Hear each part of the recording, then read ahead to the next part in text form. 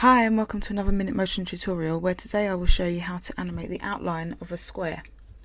Great, so let's start with a new composition. We can just call this animate box. Great, so then we will click on the rectangle tool and just make sure up here that the stroke is set to around 5 and that the fill is selected on none. Great, so let's hold down shift and drag out our square. There's our square. And we just, up here, the little triangle button next to the add, we just select down to trim paths. Once we go down here, go down to trim paths, and we just scrub along maybe to around, I don't know, 10 seconds or so, and just select an end keyframe. So that will be how the animation finishes. And then we just scrub back, and we scrub back on here down to 0%. So basically our box will scrub all the way around from 0 all the way around to 100%.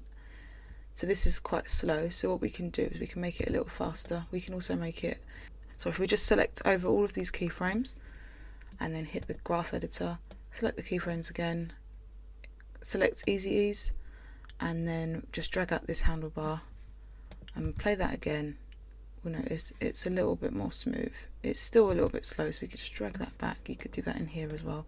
Drag that back, and we've got something that looks a bit like that.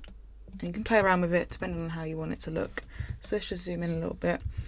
So now that's it. Your box is now animated. If we want to make it look a little bit more interesting, we could play around with the offset, and the offset will basically control where the box will start and end the animation. So say if we want it to start or end roughly in the middle, at the top we could have this line set to roughly in the top in the middle, and once it finishes, it will finish around there. You can have it set to anywhere you like, so we'll keep it up there for now.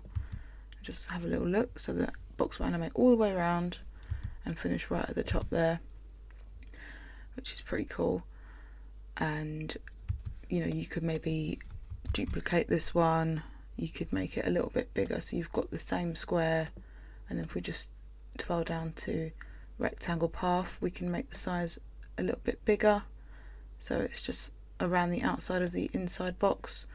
And let's transform it and flip it vertically. This might need to just be moved up again slightly, so let's just move that up so it fits neatly around the outside of it. Roughly that will do for now. And then if we play them both, we'll notice that they play opposite sides.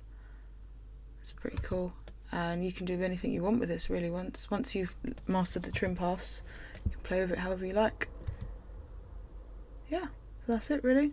If you've got any questions or you'd like to see any more tutorials, please comment in the comment box below. And yeah, great, thank you for watching. Thanks, bye.